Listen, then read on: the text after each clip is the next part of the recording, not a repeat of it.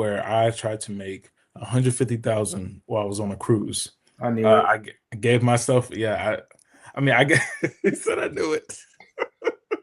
Because a lot of people, again, you're like, well, what's the day in the life look like for a day trader? And for you to be on a cruise overseas, you're like, well, how do you still manage trading and making money? And so on that video, I keep it very transparent with you guys for what I'm looking at, the markets that I'm trading, how many entries I'm putting in, my profits, my losses, and just what it's like for the psychology side, the mentality side. Talk a little bit about the coursework was involved in that, the mentorship, business funding, like all different things that I think as a rather a beginner entrepreneur or a person that really wants to get into trading, and 150,000 in a week is not a small number for a lot of people. So that should say a lot in itself. Hustlers, how's it going today? I'm your host, Elijah Bilel with the Side Hustler Society. I say hustlers because in this season, season 3, y'all know we're really focusing on the lifestyle of someone who's full-time self-employed. Now, we already know that you can do certain things as a side hustle, but most of the things you can do as a side hustle, all you really need to do is crank up the volume and then you can do it full-time. But when you do it full-time, that might come with its own share of challenges, and that's what we talk about, particularly in this season. I'm glad to say that we have a guest for today, and it's going to be a little different because I've actually met another Elijah, and this is actually a different Elijah from the last time y'all heard me say that. In the Vid Summit stream, the Elijah I met that was also vegan at a Vid Summit that we talked about. That's kind of funny. No, this is a different Elijah. He's actually a day trader, and we've talked about day trading a few times on the Side Hustler Society, but we haven't done so from this perspective because, like I said, we're really focusing on lifestyle as someone who's self-employed.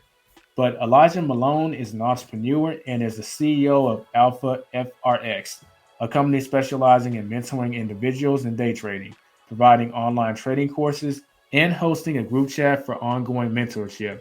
Elijah is well known for his expertise in stocks and forex trading and has built a strong reputation for helping others succeed in financial markets.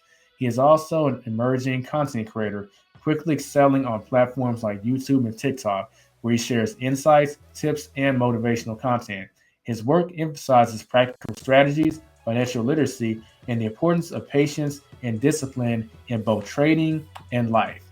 So, with that bio being said, we talk about the day trading aspect in the show, but we really also talk about some challenges that may arise if you're day trading full time, and also if you're just self-employed. What are some challenges you might encounter? So let's go ahead and start the show. Let's hit that intro. Welcome to the Side Hustlers Society podcast, the place where you can find out more about the hustles that are best for you, and of course, make more money in the process. Elijah has been in the gig economy and freelance space for over 8 years and has done over 4,000 deliveries on Uber Eats. Has several video editing clients, many properties on Airbnb, runs multiple YouTube channels, and is the author of the best-selling book, The Anatomy of Financial Success. It's his mission to empower people with the tools needed to be successful. Now, welcome your host, the king of the side hustles, Elijah Bilel. Okay, we are officially live. We're officially recording. I'm going to apologize to the audience ahead of time. I've never actually had a show with someone with my name. Yeah. So if I come off a little awkward, it's because it feels like I'm talking to myself, but I'm not. So y'all are going to have to bear with me, okay? Be a little patient with me. Sorry, I'm the same way. I'm the same way. I'm going to be saying, yeah, what's up, Elijah? Like, I feel like I'm talking to a mirror version of myself. Yeah, never mind that we're actually both self-employed and we're both content creators. Like, correct. Crazy how that works. It's the power of the name. Maybe that's what it is, man. That's what it is. Just meant for greatness. You know what?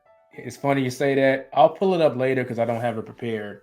When we first met, I said I hadn't. It's rare that I meet another Elijah, and it's true. But I did actually meet another Elijah at a conference called Vid Summit.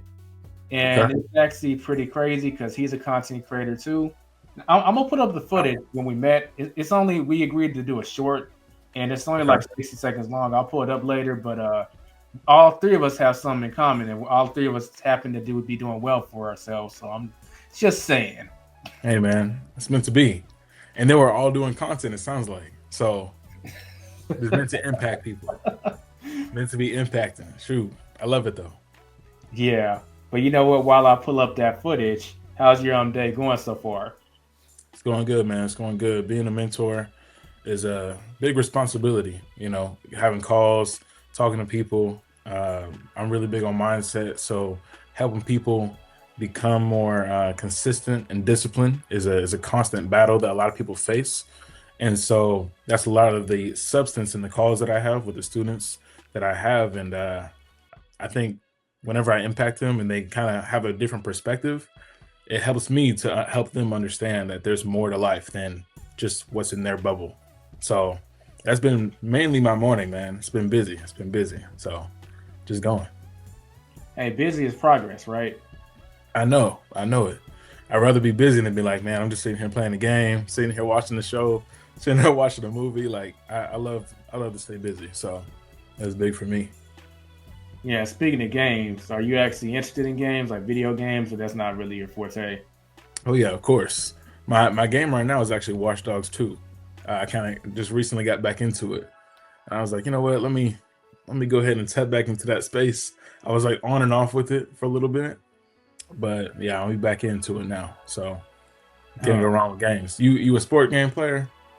You know, I used to, but they got too redundant. I used to be into the 2K series, but it just got too redundant for me. So I kind of fell off them, but I've always been in the shooters, third-person shooters mainly. But every now and then, I might hop on Battlefield. Okay. So you prefer Battlefield over? Yeah, I'm a Battlefield boy. Now, I played Call of Duty, but I like Battlefield better. Okay. I've heard a lot more the opposite, but I've heard that Battlefield always has better stories.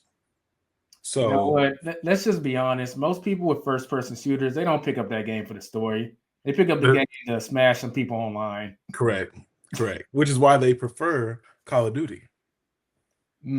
That's interesting. All I can say is Battlefield, the way the environment's always more destructible and you can plan a little more. That was always a little more appealing. Like a tank shoots a missile at a building, and it's still like not impacted at all. I'm like, what? Battlefield, no, that building can have a hole in it that you can get taken out by a sniper. It always seemed like more of a battlefield simulator, but I guess they live in the game, right? It has more realism, sounds like, into the game. I'm gonna put a pin in there because people are gonna be wondering, like, you want to start a gaming podcast, Elijah? No, so let me fall back on that. But okay. You already got enough channels going on. Yeah, I did find that footage, so I'm gonna play it, but then we'll hop into the topic of the show of the other Elijah as we met. Okay, y'all, so Bid Summit just ended. Overall, it was pretty good, but I've encountered something that I've never encountered before, and I've met hundreds of people. Y'all know I'm the king of networking, and I met another Elijah. Not only is he named Elijah, but he is also vegan too. Did y'all hear me? I've never encountered that like ever.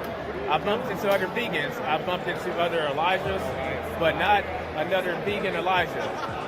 So shout out this Elijah. I'm no longer one of a kind. But I'm gonna tag him on Instagram. Be sure to check his stuff out. And what's the name of the documentary you mentioned?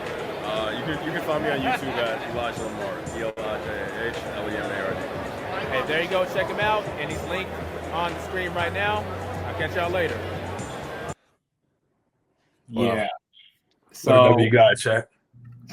Yeah, so that's crazy. I said I'm no longer one of a kind. Now I feel like I'm no longer special because I done met both of y'all. He said I'm no longer special. That's crazy. If anything, it makes you more special. You met people that are doing exactly what you're doing. It's just meant to be. You're on the right path. That's what it sounds like. Imagine being Elijah. He's like, yeah, man, I'm just struggling with life. Like I'm not doing too well. Like, dang, man, you need to meet the other Elijahs. You need to go to the other universes, the parallel universe. Are you gonna go and MCU on me? Like, they got multiple universes and multiverse, like Earth 616, that stuff. Hey, man, I'm a Spider-Man fanatic. I will Gotcha. tell you that. So, yeah, I do a little bit of the Spider-Verse, a little bit. Gotcha. Okay. But yeah, some people are probably wondering, okay, well, we kind of covered y'all talking about like y'all are alike, but in what ways are y'all alike? Mhm. So people see that you're the CEO of Alpha FRX. Correct. Exactly. What is that? What type of business are you in? So I mentor people about day trading. I've been day trading myself for about 5 years, and I became profitable 2 years into it. I think that a lot of people, you want to get into a space of learning about something, but you want to learn about it on your own. And so you go to YouTube, you try to do it by trial and error, and it takes you a lot longer than if you have someone with this experience already showing you what you need to do and what you need to learn. So I created my business to help people fast track their progress to actually learning how to become profitable. So that's what I do in that space. And so I've had that business for about 3 years now. Mm-hmm. Yeah, Right. And that's interesting because you're 24, right? correct. Yeah. So you're pretty young, and I think it's more it's more acceptable nowadays. But a lot of people kind of have this fallacy, like in order for you to be like financially free, or let me stop using that. In order for you to not get to the point to where you don't have to work a job anymore, they think you kind of Hmm. got to be like at the very least in your mid 30s. I've Right. always thought that was a fallacy because when I left the job market, the last job I had was a PA at Amazon, and I was actually 25. This was years Mm. ago. If anything, I think it's easier. Just you had to decide that that's not what you want. You want something more. Yeah, for sure. For sure. A lot of people nowadays are very stuck on like, I'm just going to work a job until I need to retire. Or they're the opposite. And they're like, I'm not going to have a job and I'm just going to try to figure it out. And sometimes those are the best people to meet, in my opinion, because those people have a very like open mentality about entrepreneurship and about like opportunity. Other people, they're like, I'm just going to work at Walmart until I'm 42. Hopefully, I get a good raise and a good job position, and then whenever I have my family and I need to like settle down and retire, then hopefully I have enough saved up. So you have like two sides of the spectrum, I think, when it really comes to that. Yeah, especially this season inside of Society season 3, we're really focusing on lifestyle as an entrepreneur or someone Mhm. who's self-employed full time. That's Yeah. something we're diving into pretty heavy in this season. Swinging back to the trading aspect. So, what I got to ask you this: like, what platforms do you use to day trade? And is there a particular reason like you chose to use this platform over like all the other ones? Because I know there are a few different platforms that you can use to day trade, right? Correct. Correct. So whenever I started, I was using one called Hugo's Way. After a little while of me using it, I learned that it wasn't a regulated broker. And then I went over to a broker called Sway Market, which eventually became Liquid Broker. And I actually just recently transferred over to a new one called Genesis FX. And so the reason I'm using the one now is because they have really good referrals. They also have really good commissions. They're also very good with payouts, like the very quick withdrawals and stuff like that. They also have this cool feature, which is a new feature called a 10x account.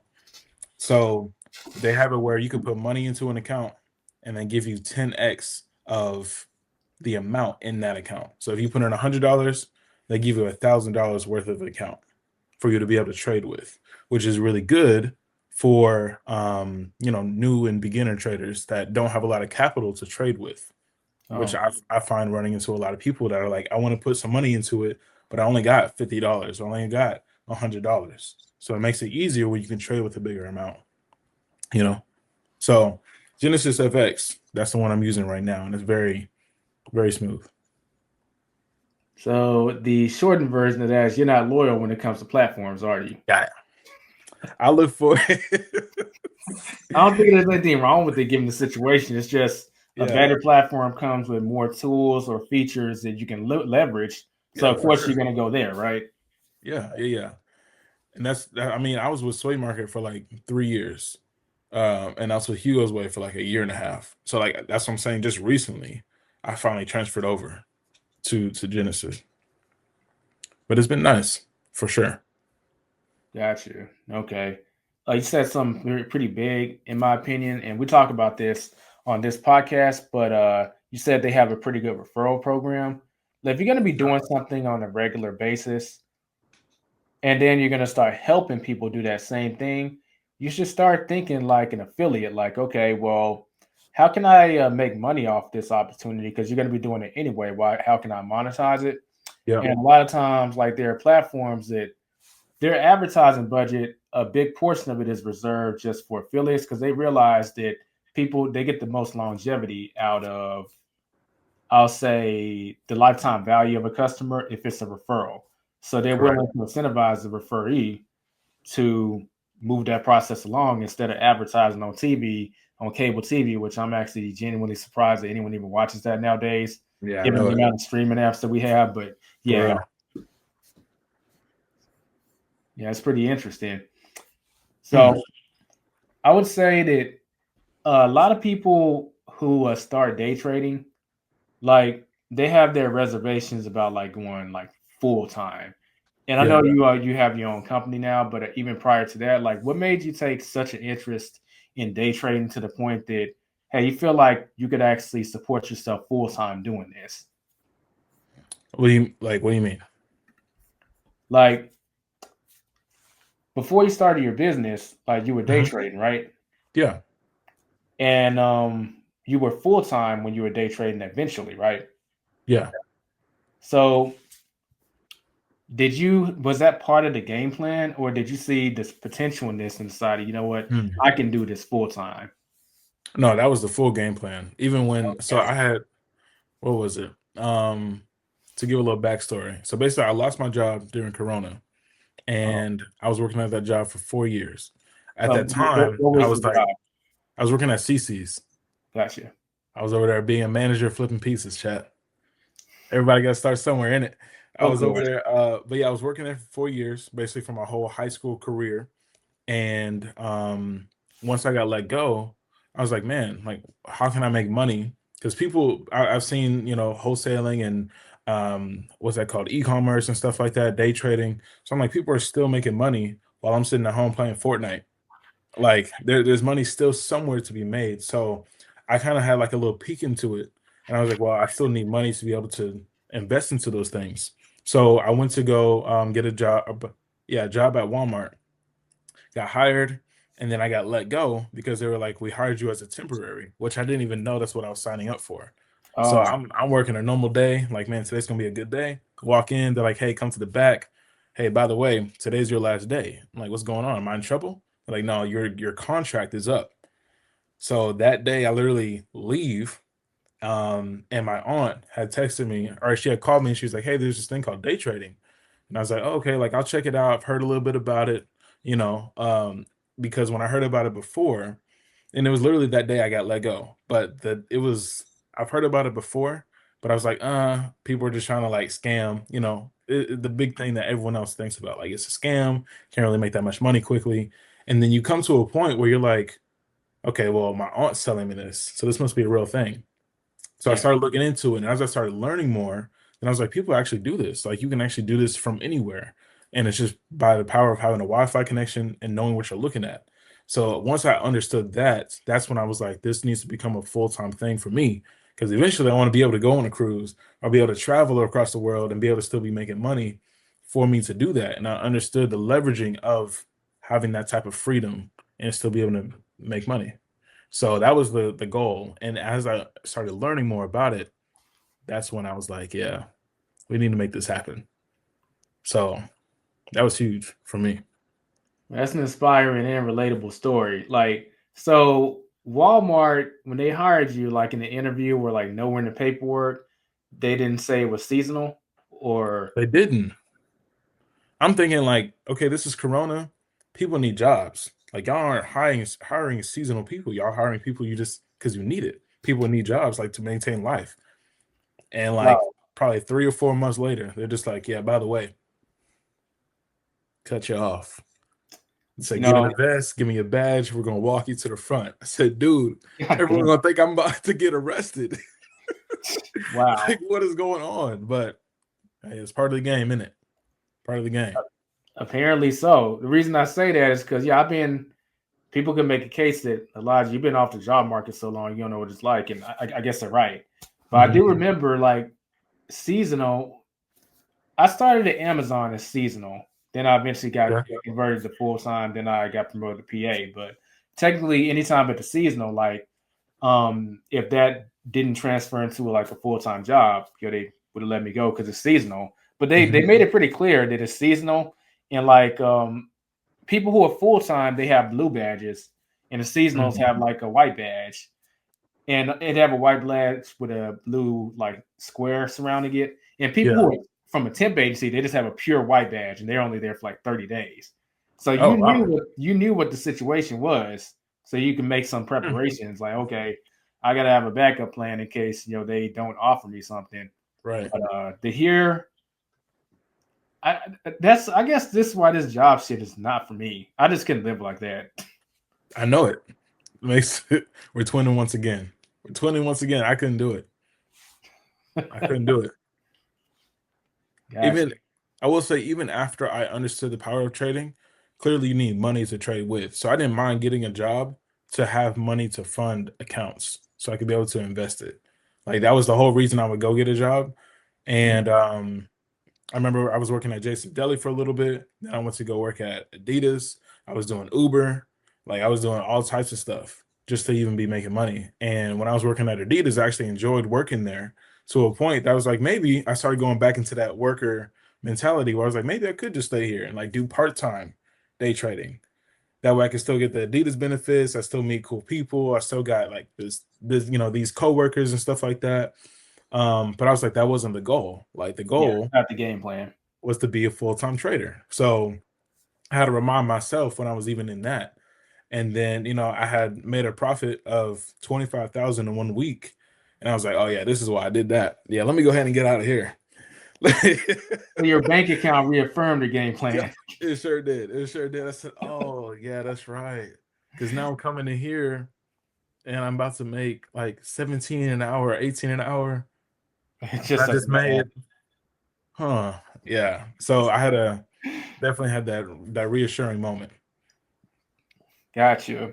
Here's some food for thought for the audience. Then we'll move on. But okay. One thing that people can do, like I think what you did, you used it to fund your endeavors, and that's smart. Mm-hmm. People don't have to get a job to fund their endeavors in the way they're thinking. You could approach these jobs as an independent contractor, like doing an interview process. You can make that known, and independent contractors don't have to get paid benefits or whatnot, so you're actually cheaper for the company. But because of that, you could probably, it takes some negotiation skills, but you could probably negotiate getting paid a little more because you're not going to be getting paid any benefits. Now, people might be wondering, isn't that the whole point of having a job is for the benefits? Well, if it's not in your game plan to have a job for like over 10 years or whatnot, it doesn't really matter. So if that's the case, why not pitch them on like, hey, I'm an independent contractor. The benefits thing, that's not part of this. Like, so you don't have to provide me benefits. But because of that, instead of 18 an hour, how about we talk about 20, 21 an hour? You'll still be cheaper for the company because employees are expensive. They really are expensive. Look into it. Yeah, I've always heard that. Like they are expense, especially the more you have. Yeah. Just good to know. I didn't even know that. Oh yeah. Like me, like my trader skill. Well, let me rephrase that.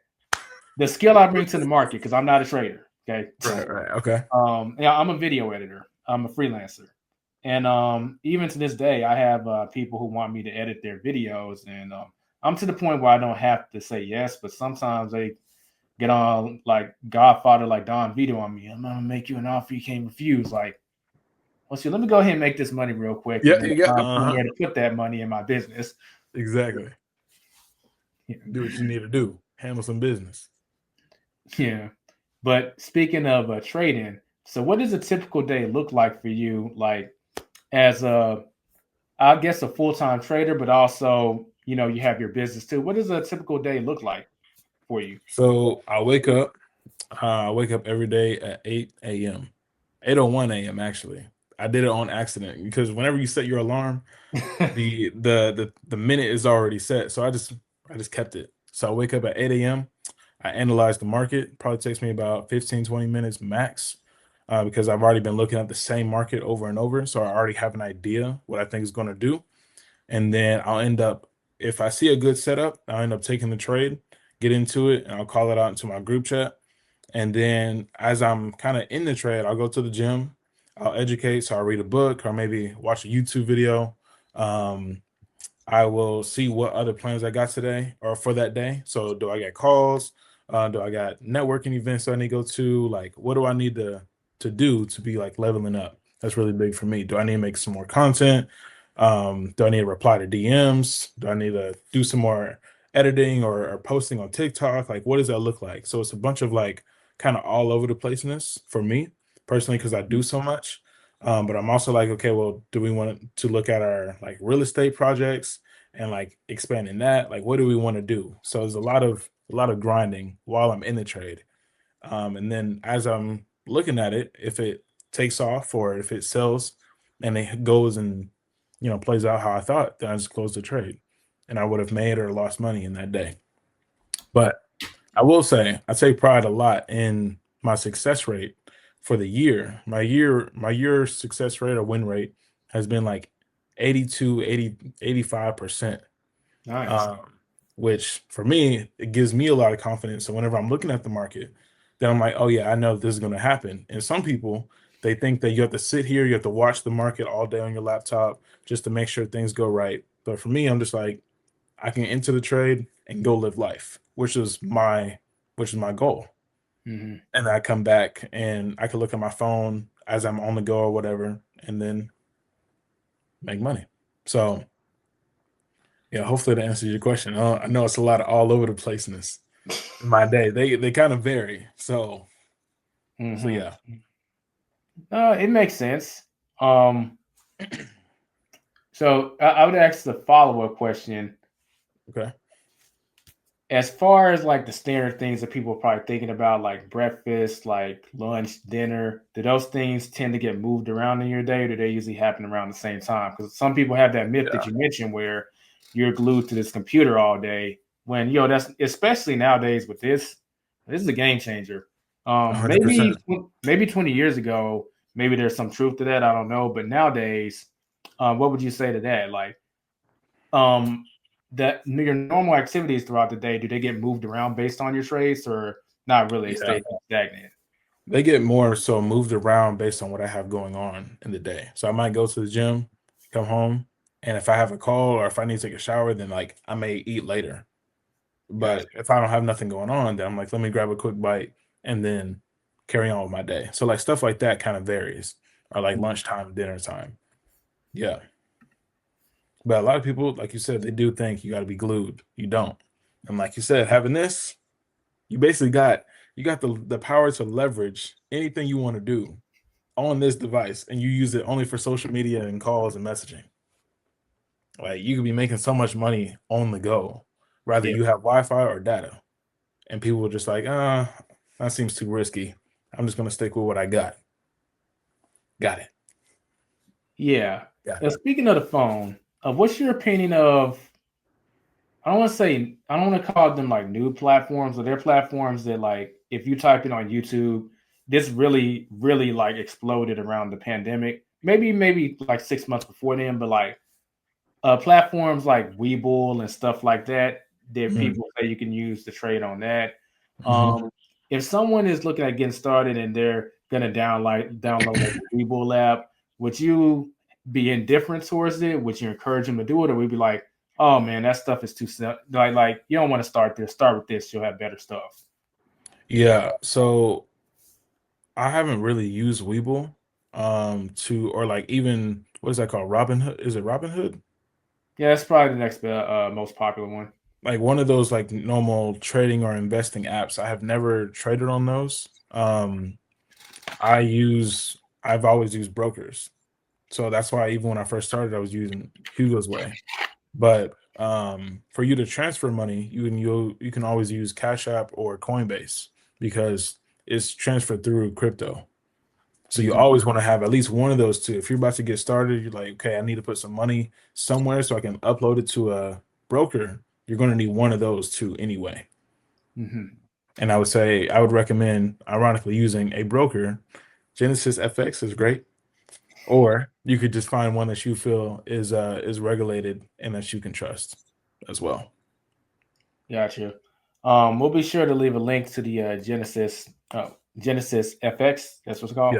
Yeah. Genesis FX. We'll be sure to leave a link to that in the description. And we've already kind of talked about affiliate marketing, so there's another way to support both the Elijahs is by Indeed. clicking on that link. Indeed, that's the way to do it. Yeah. Okay. So we haven't talked about this heavily, but you have a YouTube channel. Like, what video on your YouTube channel do you feel like someone has to watch? Like, if they're going to get into day trading or they want to do this full time, what video do you like most recommend that's on your channel right now that they should go check out? I would say you guys should go check out the video where I tried to make 150,000 while I was on a cruise. I knew it. I gave myself, I mean, he said I knew it. I would say go check that one out because a lot of people, again, you're like, well, what's the day in the life look like for a day trader? And for you to be on a cruise overseas, you're like, well, how do you still manage trading and making money? And so on that video, I keep it very transparent with you guys for what I'm looking at, the markets that I'm trading, how many entries I'm putting in, my profits, my losses, and just what it's like for the psychology side, the mentality side. Talk a little bit about the coursework was involved in that, the mentorship, business funding, like all different things that I think as a rather a beginner entrepreneur or a person that really wants to get into trading should go check out would be that one.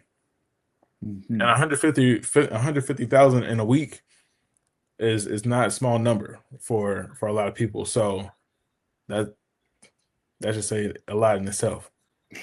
So the title speaks for itself. The description probably speaks for itself. And of course, the video speaks for itself too, right? Indeed. So yeah, that's the video that I would say you guys should go check out. I also have a whole trading what is that called? Playlist where I've also talked about different things for trading that you guys can check out. Got a couple of videos on there. So that's where I would start. Okay. Yeah, I think that video is very I think the editing was pretty good on that video. That's one of the things that kind of stood out to me. Thank you. I appreciate that. And that's coming from someone who's a professional video editor, so y'all don't take that lightly. Oh, child. From Elijah to Elijah. I appreciate that. Hey, game recognized game.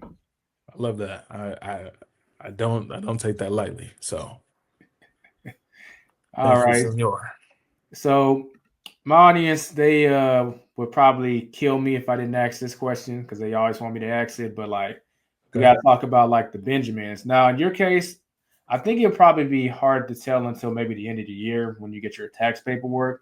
But people want to know like, and this can include your business too. But like, how much do you make like monthly or like annually from doing this stuff full time?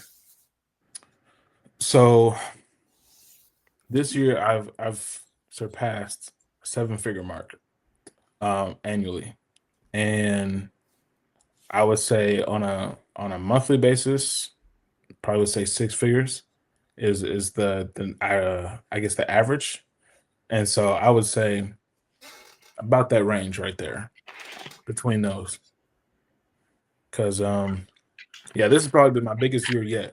I'll say that, and most consistent, which is also why I'm like taking a lot of pride in finally getting to this point where I'm like, man, I've been blessed. We'll say it like that.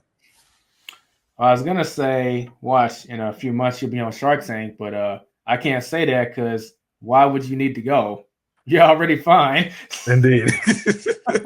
What's up, y'all? I'm here to pitch my business idea. We got this and this. They also do products. They wouldn't do courses. So that'd be interesting too. It would be, but I'm not gonna lie. Like Shark Tank, because I've seen it from the beginning. Like it used to be. I got mad respect for you, Elijah, but I wouldn't want to see you on there for the simple fact that you've already like made it. Shark Tank used to be the place where, man, these struggling entrepreneurs, they're like in debt, but they still have a good idea, or maybe they just need an influx of cash. And you really get to see them. Some of them, they don't deserve the money because they don't have a plan. But the ones that do, like they get the cash they need, and then their business succeeds, and it's a beautiful thing to see. But the later seasons, people will start coming on there and last. So we make about $10 million per year, and I want to offer y'all a 5% stake for $500,000. It's like, what are you doing there? Like, you don't need a shark. You're just there for the publicity. Like, come on, man. He said, "What are you doing there?" Hey, man, I belong here, man. We need to expand. 10 million, 20 million. In fact, Mark Cuban and Mr. Wonderful actually started to call this out. Like, so then what are you doing here? Wow, have they? I haven't even seen those. Yeah. And what would people say when they say, "What are you doing here?" It's always some variation of, well, we want to go bigger. We want to go like nationally or maybe regionally if they are local. It's like, well, okay, I see you need an investor to expand, but you don't necessarily need a shark. Like the VC world, venture capitalist world exists. You could just be convincing like normal investors to invest in you.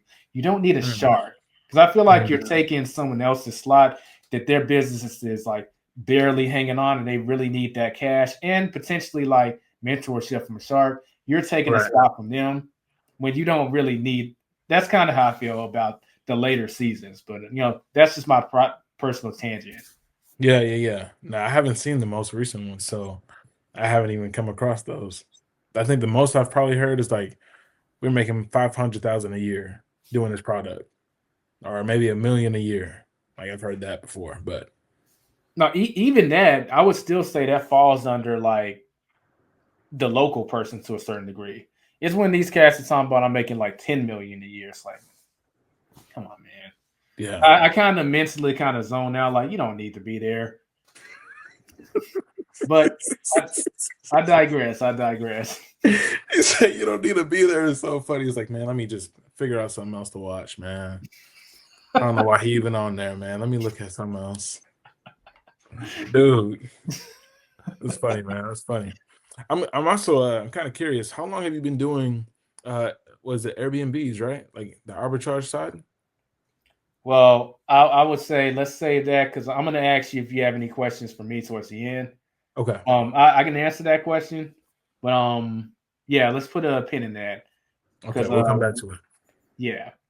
But just so I can get off of my Shark Tank tangent, because some people might be like, no, Elijah, come on, man, move on. Fair enough. All right, so one thing that was kind of big about this season is we're really focusing on lifestyle as person who's like self-employed, full-time, not working a job or whatever. And there's certain things like in society that it's standard for employees, but it plays out a little differently if you don't have a job. So, and one of those things is like, believe it or not, actually getting a mortgage or buying a house or even qualifying for like one of those higher tier apartments, like in uptown Dallas or downtown Dallas or whatnot. Right. So do you have like a house or an apartment? Yeah, I have an apartment. Got you. When you got into the apartment, was there anything, how to phrase this? How did you prove they have their requirements as far as income and stuff like that? Did you have any issues like getting approved to stay in the apartment? No, I just had to show deposits into my account. Right. So they were able to see. So you went with the bank statements. Yeah, the bank statements. Yeah. Okay. Because I think this is a mad teachable moment. Sometimes when we quit the job, we enter the world of self-employment. We may get stuck in survival mode, or we overlook these administrative things that like a job was doing for us, which is ironically actually keeping track of your income, your pay stubs. And when you go to like apply for an apartment or something like that, a lot of times they just want to see the pay stub. The job is doing the work for you. But if that's not going to be there, well, they usually have a different process. Most of the time, it is going to be the bank statements. I used to live in uptown Dallas in the Weston Village area. Okay. And, they required, to show about 6 months worth of income. And I already keep all my stuff organized. So I was able to give them those bank statements because I already knew this is where I wanted to be probably about a year or two in advance. So I just want the audience to kind of keep that in mind. Like when you do leave the 9 to 5, you really need to be thinking about this stuff. And the simplest way is to really just have everything deposited into one account. Then you can move money to other accounts as needed if you want to use different accounts for different things. But there's going to be a common deposit point. So when it comes to qualifying for a house or qualifying for a higher tier apartment, you'll have what you need. But if it's all over the place in your accounts, that could get kind of messy. It starts to become like, well, do they want to work with you? Because they could just say, hey, it all needs to be in one place, and if it's not in one place, we'll just forget it. Like we're just gonna deny it. You don't want to be in that position. That was a game changer for me too. I used to think everything should go into one personal bank account instead of a business bank account, and then keeping track of expensive and tax write-offs and all that stuff. So, yeah, I wish I heard about that when I first started. Hey, that's why shows like this exist. So the up and newcomers can know about this stuff ahead of time so they can already have this plan. I mean, the same really applies for if you're going to get a house. Really, for the next 2 years, you want to start planning this out. So let's say if you want to get a house 3 to 5 years from now, you should start this right now. Yeah. Even if, I'm not going to go into it heavy because I've done a show with someone else with a mortgage broker who talked about how to get approved for a mortgage in a house, etc. But it comes down to keep accurate records. Duly noted. Yeah, that was pretty good when it came to applying for the apartment side. They were just like, yeah, we need to see the last, I think it was 3 months, 3 months or whatever, just a couple of months of income. I was like, got it. Boom, There you go. So yeah. Cool. So I gotta ask you this question. I think you may have answered it, but it might be different. Like, how long have you been off the traditional job market scene? For the past 3 years. 3 years. Okay. Yeah. I want to ask you this because I actually didn't realize how much of a big deal it was until I did my first show with this podcast. When I told one of my friends that, hey, I'm starting a podcast, it's about 3 years ago, and I told him the premise, like, okay, I'll check it out. And my first episode was me doing it solo, and I kind of described my journey of from when I covered how many jobs I had and why I decided to quit, then my self-employment journey. And he called me back about 40 minutes later after he watched the episode. He's like, bro, you've only had 4 jobs your whole life? And I was like, well, yeah, what's the big deal? Yeah. Bro, I didn't have so many, most people, they didn't have more than 4 jobs. I was like, bro, you've heard me say this term, I'm psychologically unemployable. I don't say that shit just to say it. I mean, yeah. So surprised I only had 4 jobs my whole life. Yeah, it's very possible. Yeah, but I got to ask you, how many jobs have you had throughout your life? Outside of Uber. You can't count that. That's gig work. Outside of Uber, we're twins. I worked at CC's, Walmart, Jason Deli, and Adidas. So those are my 4 jobs.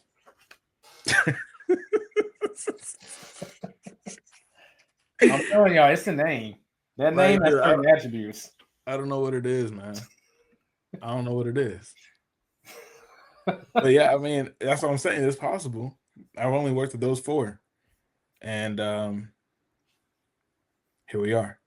Here we are, chat. Gotcha. So, people are surprised. That is a real thing, though. People always think you need a lot of experience to rather make a lot of money or something. But because I know people that's like, yeah, man, I used to work at Amazon and I did, Walmart, then I did Target, then I did this and that and this and that. I'm like, man, why are you working at all these jobs anyway? Like I get it for like your resume, maybe experience and people, like maybe skills, but I'm like, why we got 10 jobs? What's going on? Why can't we hold a job? What's going on? That sounds like more of a concern, man. Yeah. Especially when all of them are kind of like the same job. It's not like Right. it's a different job. Like if you worked at Home Depot, it's like, well, you can actually learn some stuff there. That's actually kind of different. You gotta learn a lot of blue collar stuff. Like, yeah, but like most of the in the service industry or retail, it's like they're essentially the same thing. Just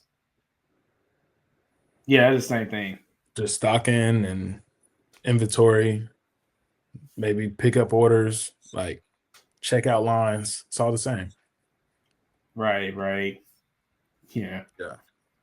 So I would ask you, like, what's the biggest challenge that you've encountered being a day trader, but also in your mentoring business when it comes to like work-life balance? What's the biggest challenge you've encountered?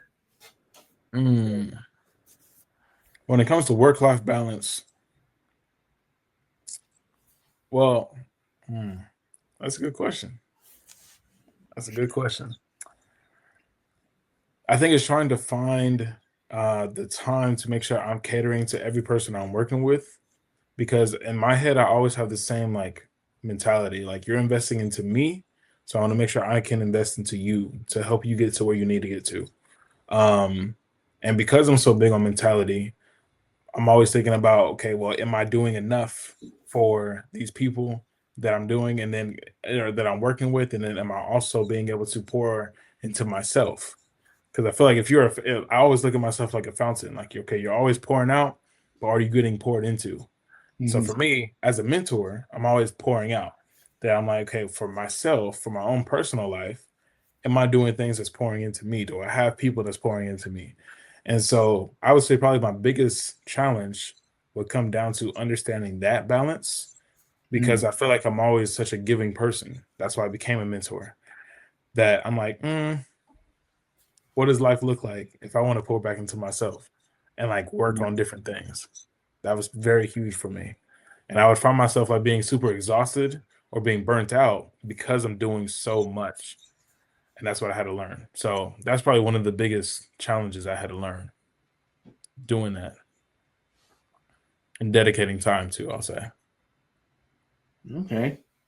So you have this huge list of people that you're serving, but we have to remind ourselves that sometimes we're leaving ourselves off that list, and we can't do that.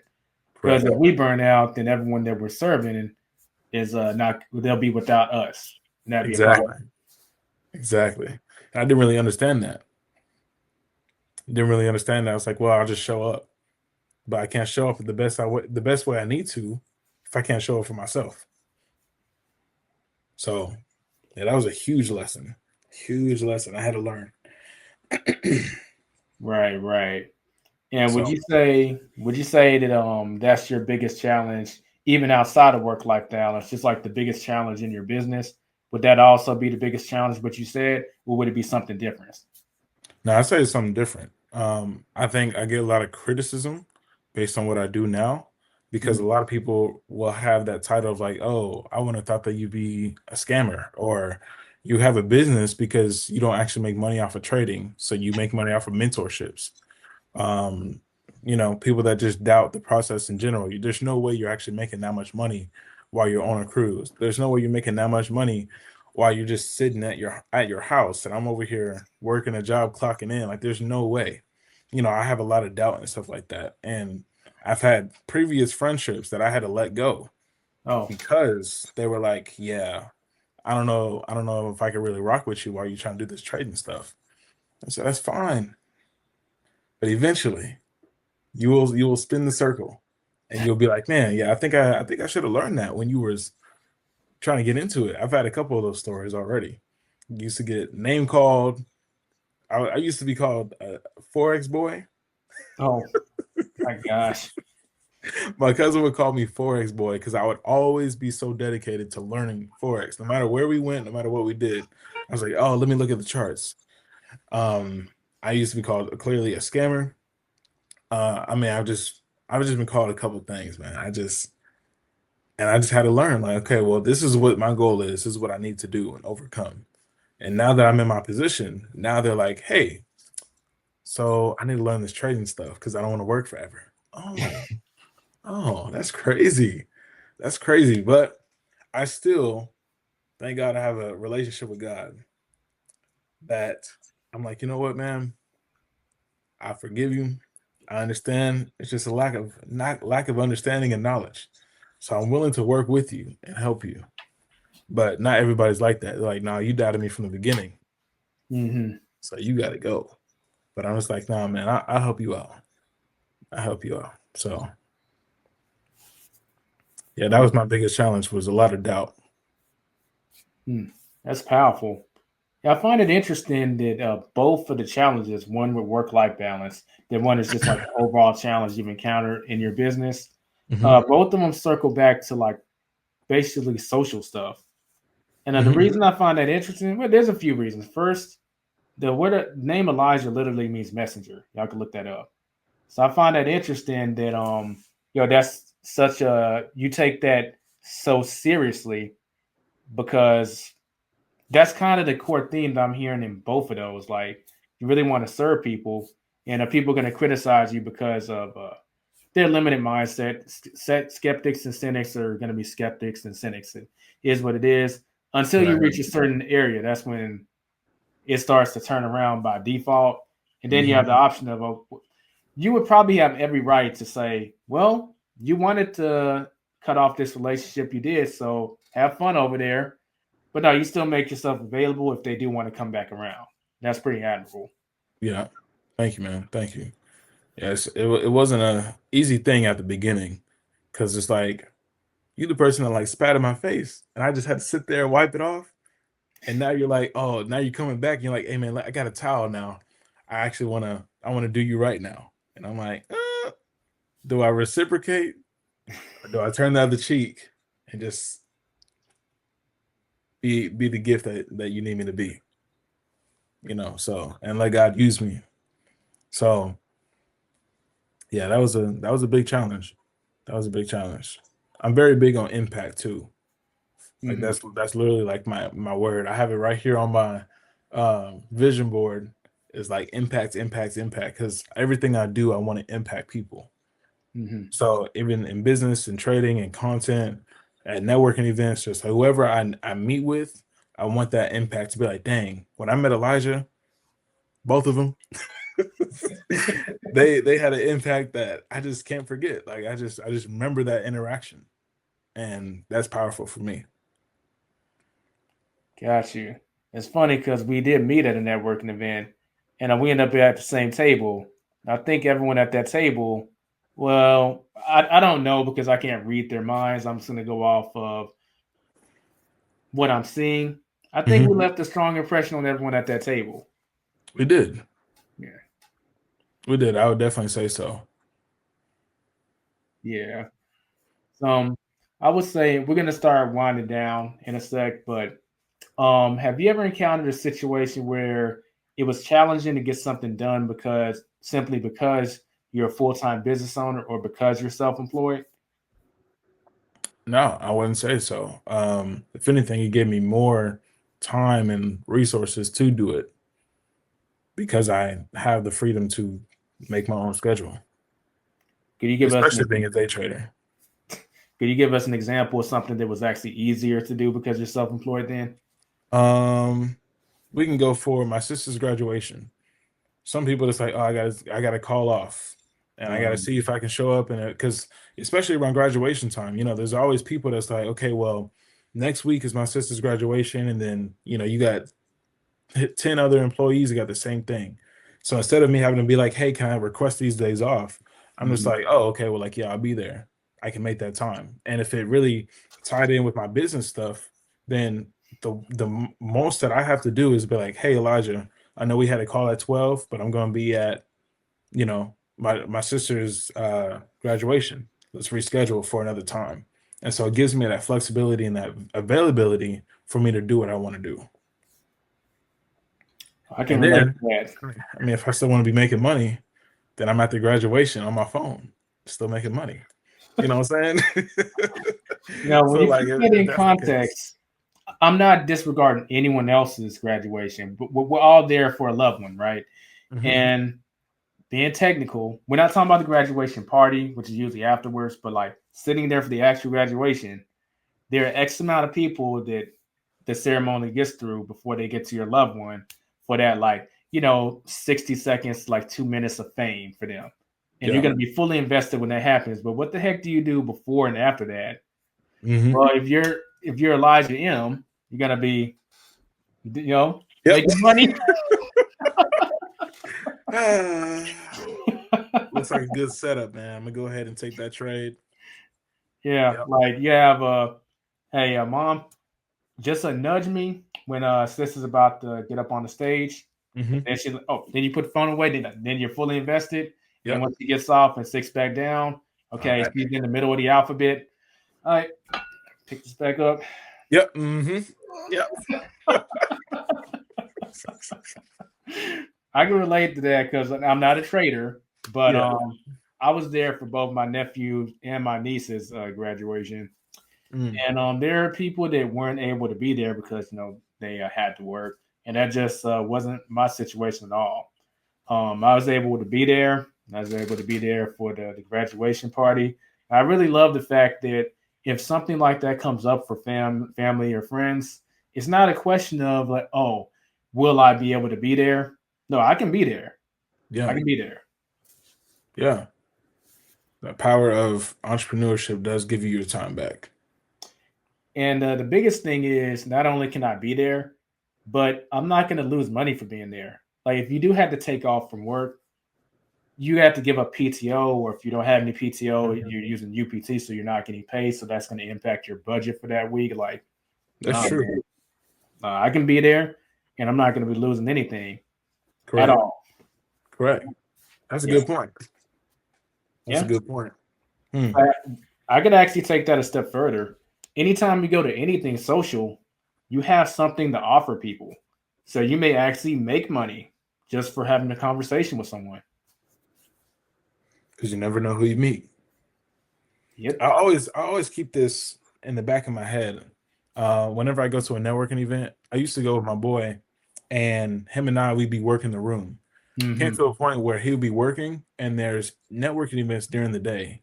And I was like, okay, well, I still want to go to them because I still want to meet people. I want that expansion and the opportunity. So how am I going to overcome the social anxiety of working the room?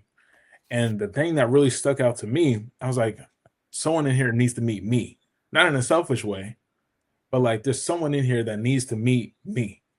And so whenever I meet people, I'm like, okay, I met Elijah. I think we needed to meet each other. It's not like, oh, I needed to meet Elijah. This person is great. This nigga is like phenomenal. It's like we needed to meet each other, and just going from there. So that's what helped me like overcome that social anxiety side of it when I go to those type of places. And then it helped my mentality. So I'm not like so stuck on being nervous and scared when I meet people. Because you never know who needs to meet you. Oh, that's a good point. It's also a very powerful way of looking at it. So were you always that way, or did you have to kind of grow into that type of person through your journey as being a full-time entrepreneur? A little of both. I was gonna say I've always been a social person, a person that doesn't mind having conversation and like having intellectual conversation. Not what's your favorite color and let's talk about the weather. But I've also never been like, let me just go. I think that makes us both look bad because we were talking about the weather a while back. Like, man, that's true. That's true. But no, I'm just more of I'm not much of an approacher type of person. Oh, gotcha. I can hold a conversation if a person's talking to me, but I'm not going to know how to interact and start the conversation. So I had to learn that role and understand, like, whenever I meet people, there's a certain way to like introduce yourself and like talk about this and that, talk about them. Like there's certain levels to the conversation that you can hold outside of just being approached. It also helps in the dating life a little bit because I used to do social experiments. where I would literally go and do certain things for content reasons to also overcome that social anxiety. Because a lot of guys, a lot of people in general are scared to just talk to people. I'm Oh like, yeah. man, people love to be talked to. Just go talk to them. Well, yeah, especially here in the Dallas-Fort Worth area. I remember a chick, she told me one time she couldn't actually believe I was from here. And I asked her why. She said, well, guys here don't approach. They're like wallflowers. Like anytime a guy's approached me, he's never been from here. Like, I can honestly believe it. So you used to be, let me try and describe what you used to be, and you can tell me if I'm right. Okay. You'll be that person that you may not necessarily go out and start a conversation, but if someone starts a conversation with you, they'll probably have one of the most impactful, engaging conversations they've ever had. Correct. Gotcha. So once you started to do the approaching yourself, obviously the same thing still applies. They're gonna have that engaging, like memorable conversation. And it's like, oh, by default, it's gonna get amplified because I'm the one approaching now instead of being approached all the time. Correct. Gotcha. So I feel like you've kind of teased both me and the audience about the social experiment. Can you give an example of like one of these social experiments you did in the past? So I've done a couple social experiments. The first one I did, I would just hold my camera and I would literally walk around a social, like I would go out somewhere on a Saturday night, like a club type of experience or like a rooftop type of experience and just be vlogging. At first, that's what it was going to be. And then people would come up and be like, hey, let me get in the vlog real quick. Oh, okay, like let me shout myself out. Hey, my name's Elijah. I work at AT&T. I'm doing this and this, like whatever. And I'm like, oh, people really attract to the camera. People love media. And so then I was like, well, let me make this a little bit fun. So I just sat in one spot, started holding my camera, and I was like, what kind of like, vlogging around and groups of people.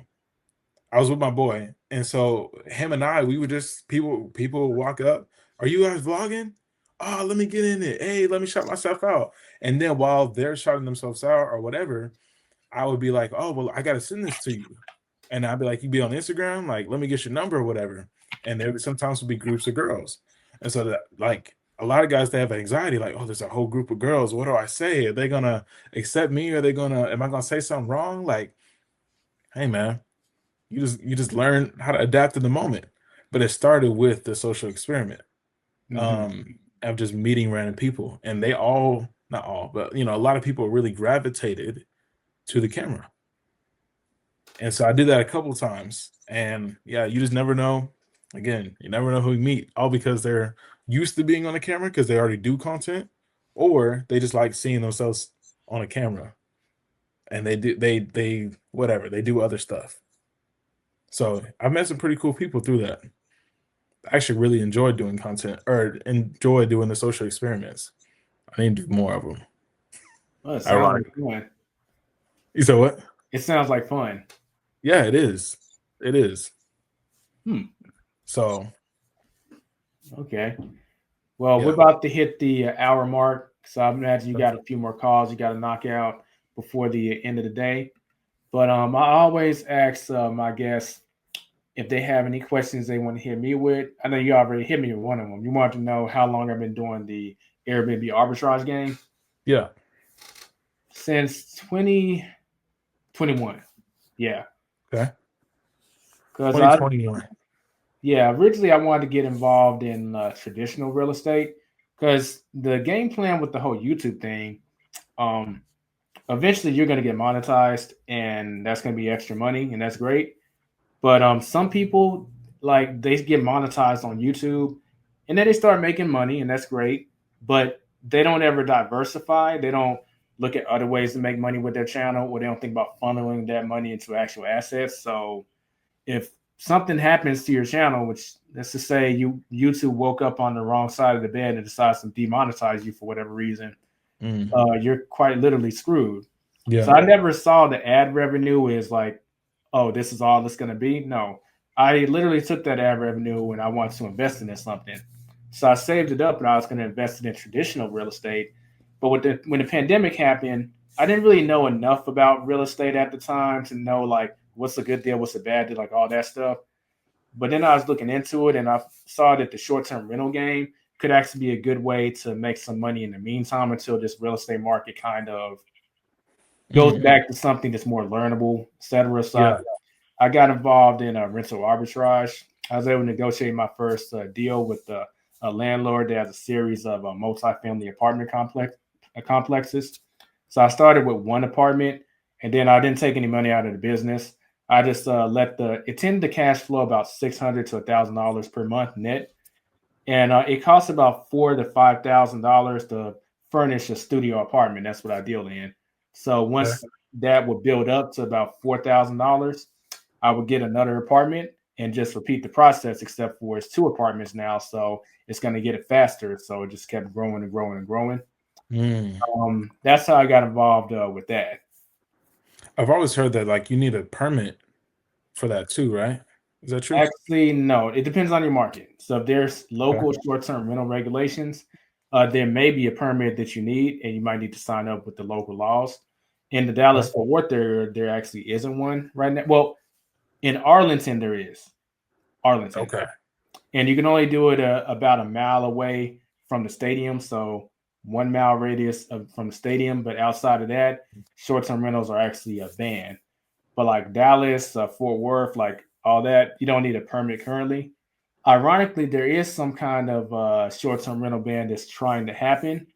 But there's a local organization that's been pushing back on it, hired a lobbyist to fight it, and it's been going their way. So what will end up happening is probably a reasonable set of regulations will pass where you probably will just need a permit and you need to follow certain things. So that's probably coming, but right now, no permit needed. Okay. Because I know with me, I was trying to get into it when I was looking at some research. It was like for you to have a property, you need a permit to do it. But then I've also seen some where it's like you get someone that finds properties and then you pay a finder's fee. And you talk to the landlord, you kind of go from there and negotiate. So I haven't like gotten too much on that side of it. That's why I was curious what those steps like as a beginner look like and all that type of stuff. First, you need to decide what needs do you want to deal in apartments or houses, because they're 2 different approaches. Houses or no apartments. Let's start there. Okay. First, you need to find a landlord that would be open to this arrangement. Usually, the smaller landlords, and basically pitch them on corporate housing. And that's actually a pretty known thing, corporate housing. But you can make it known that you also part of your strategy is you do put them on OTAs, which is Airbnb, Vrbo, that kind of stuff. And you do some short-term rentals to fill in the gaps between your corporate housing. And once they know that, just make sure in the lease it has a sublease agreement, and it specifically says that you can put the apartment on Airbnb, on Vrbo, etc. Usually they want something for that. I negotiated a flat fee, but don't ever negotiate a piece. Okay. Like some people like, oh, we want like 15 or 20% of earnings. No, don't negotiate a piece of your earnings, because if you make a lot of money, so do they. Like give them a flat fee. Okay, like look, the main pitch is, especially during the pandemic, like your occupancy rate is like in the low 70s right now. You're losing money, okay? I can pick up like 10 units from you like right now, but not only do I want that, but you can actually negotiate probably a few weeks or maybe even the first month's rent on each unit for free, because once they get their occupation rate back up, then they can qualify to get a bigger loan to build the next multifamily complex. That occupation rate is much more valuable than them worrying about like this stuff. You got to present it that way. Gotcha. Those are for apartments, right? Yeah.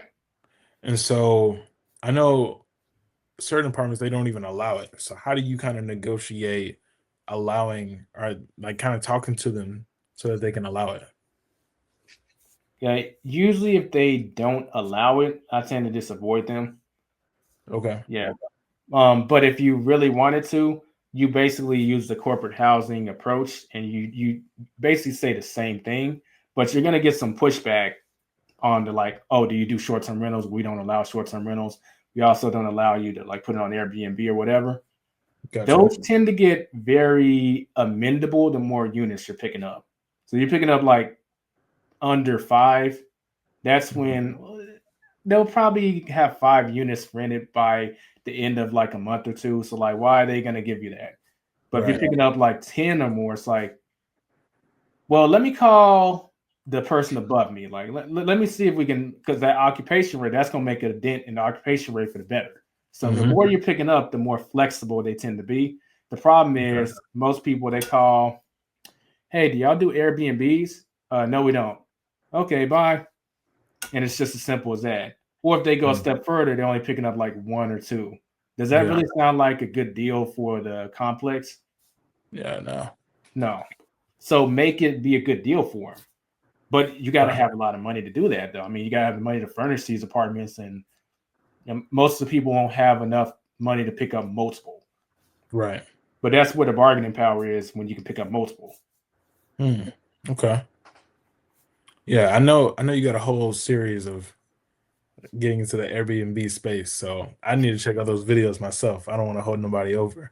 But what's it called? Yeah, I need to, because I want to get into that. That's my next project space. So that's something I'm looking to get into. All right.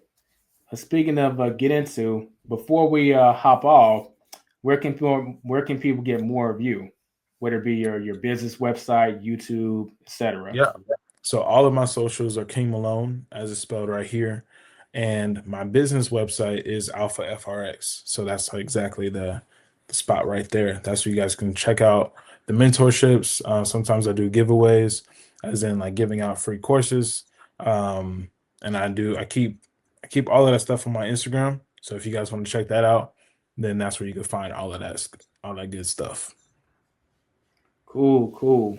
Well, Elijah, it's been a pleasure. I think people can definitely tell that. And you dropped a lot of good game, not just in trading and not in for your business, but also social dynamics, I'll say. I think a lot of people learn from that perspective too, which we can't get enough of, especially in a day and time where everyone is on this. Yeah. I think we all could use some bonus and social skills as far as I'm concerned. Yeah, 100%. 100%, man. Yeah. Well, I appreciate you having me on here, man. Appreciate everybody for watching, for tuning in, for making it this far. And yeah, man, go ahead. Take it away. Go ahead, Elijah. Wrap up the Elijah show for today. Hey, Elijah's know how to close. That's why his default was to start it. Exactly. But yeah, everyone, if y'all can give this video or the show a thumbs up, really helps the algorithm wherever you're watching it, whether it be YouTube or Facebook, etc. And if you enjoyed this show in particular, feel free to leave us a review. Tell us your thoughts. What was your favorite part of the show? And don't forget to subscribe if you're new on YouTube. Greatly helps us out, especially since we're going to be diving heavy into just the life of people who are self-employed in general in this season. Because y'all are telling me, I'm looking at the data, y'all really like it when we talk about full-time, even though we're the Side Hustler Society. Y'all want to know what the full-time life actually looks like. And that's great. So we're going to make sure y'all get that content. That being said, this is Elijah Bilel, and it's been Elijah Malone too. I'm going to go ahead and sign off. Be safe, be profitable, everyone, and we'll catch y'all in the next show. This episode may be over, but your hustling journey has just started. Visit thesidehustlersociety.com to access all links and resources mentioned in the show that will help you on your hustler's journey.